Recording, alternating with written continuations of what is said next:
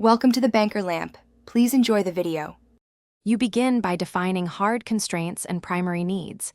List who lives here, daily routines, and must-have spaces.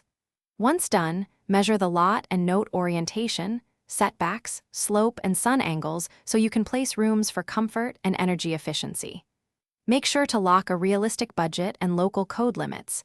This guides scale. Now sketch a simple bubble diagram showing adjacencies, private versus public, and mark immediate conflicts so you can resolve layout. You now convert bubbles to a scaled plan and assign real dimensions.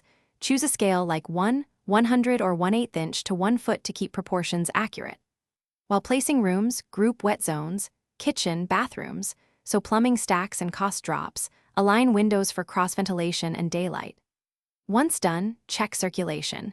Ensure hall widths and door swing clearances, and place furniture in each room to validate practical use. Make iterative tweaks until flow feels natural and efficient. You finish by producing a set of final plans.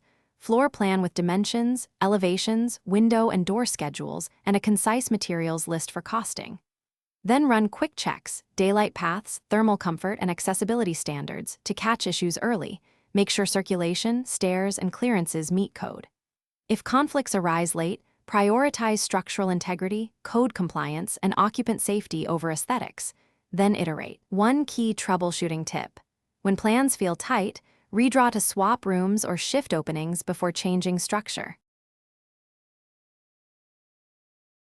Thanks for watching. If this was helpful, leave a like and consider subscribing. See you next time.